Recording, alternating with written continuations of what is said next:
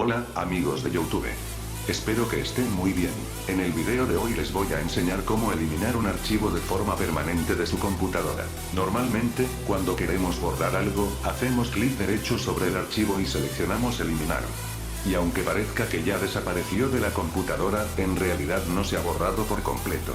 Entonces, si quieren eliminar un archivo de manera más directa y permanente, lo que deben hacer es seleccionarlo y presionar Shift más Delete.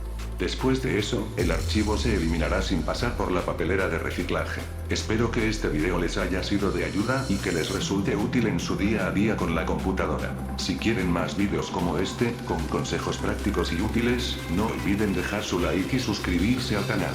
Nos vemos en el próximo video. Chao.